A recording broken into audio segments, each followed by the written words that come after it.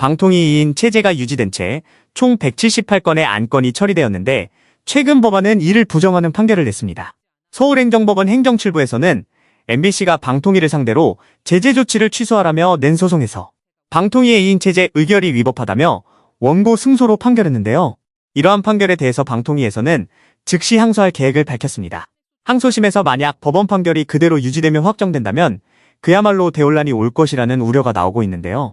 지난 2023년도에 이동관 위원장과 이상인 부위원장 체제에서 의결했던 주요 안건과 김홍일 위원장과 이상인 부위원장, 이진숙 위원장이 의결했던 것까지 모두 주로 언론사에 대한 핵심적인 체제 변경 내용이 많기 때문입니다. 특히 의결된 안건들은 국회에서 여야 공방이 뚜렷하고 관련 청문회까지 열리는 등 심각한 사안들이었기 때문에 이를 뒤집는 판결이 나온다면 그야말로 혼돈의 도가니일 것이라는 것이었는데요. 1년이 넘도록 2인 체제로 운영되고 있던 동안에 법원에서는 여러 차례 위법성을 지적한 바 있지만 방통위에서는 매번 같은 답변으로 상황을 일축하기 바빴습니다. 바람직하지는 않지만 위법은 아니라는 입장이었는데요. 하지만 이제부터는 법원의 본안 소송 판결에서 처음으로 명시되기 시작해 논란은 벌써부터 거세지고 있습니다.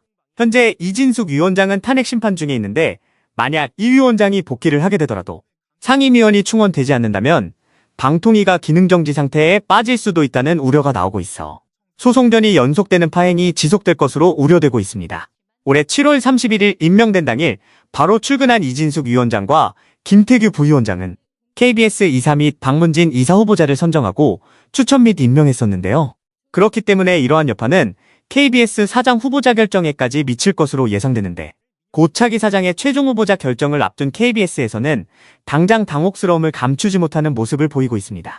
이와 관련해 국민의힘 이상규 의원 등 행정법원의 판결로 방송통신의 대혼란이 일어났다고 말하며 방통위법 어디에도 3인 이상 출석 시 개회 및 의결 가능이라는 조항이 없는데 그럼에도 2인 체제 의결을 위법으로 본 것은 사법부가 판결을 통해 입법행위를 했다는 것으로 이는 삼권분립 위반이라고 말하기도 했습니다.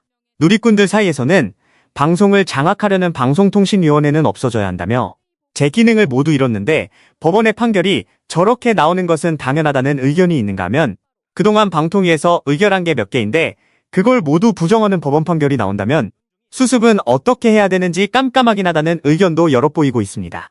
윤석열 정부에서 임명한 위원장이 있는 방통위의 앞날에 대해 과연 법원에서 어떤 최종 결과가 나올지 귀추가 주목되고 있습니다. 여러분들은 지금까지 이런 이슈들을 보게 되면 어떤 생각이 드셨나요? 제가 항상 여러분들께 뉴스만 평소에 잘 챙겨보셔도 돈이 된다. 돈을 벌 수 있다고 말씀을 드렸는데요. 그 이유는 제가 지난 5월 초에 여러분들께 뭐라고 말씀을 드렸죠? 지금은 정부가 주목하고 있는 K푸드에 관심을 가져야 한다.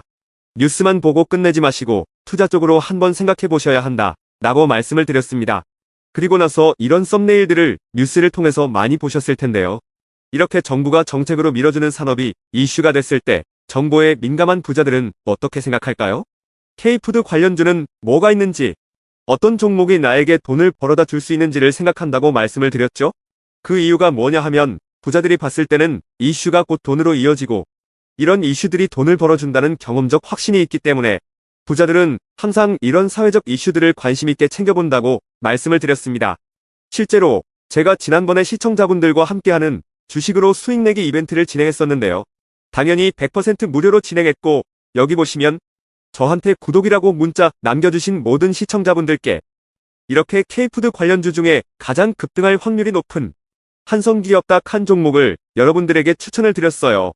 그러면서 여기 나와 있는 대로 정확하게 얼마에 사야 하는지 그리고 어느 정도 올랐을 때 팔아야 하는지 이런 부분들까지 자세하게 알려드렸었는데 결과가 어떻게 되었죠? 오른쪽을 보시면 아시겠지만 제가 5월 2일에 문자로 이 한성기업을 소개해드리고 나서 주가가 이렇게 2배 넘게 급등이 나왔다. 그래서 당시에도 굉장히 많은 분들이 제가 드린 한성기업으로 수익을 내셨을 텐데요. 다시 한번 축하드린다고 말씀을 드리고 이번에도 마찬가지입니다. 최근에 정부가 집중적으로 밀고 있는 산업이 해외 건설 시장이고 그 중에서도 K신도시에 대한 관심도가 계속해서 높아지고 있기 때문에 관련 종목들이 부각받을 수밖에 없다. 그 중에서도 정부가 가장 핵심적으로 밀어줄 것으로 예상되는 K신도시 대장주 한 종목에 돈이 몰릴 것이다. 당연히 우리가 이쪽으로 생각해야 한다는 겁니다.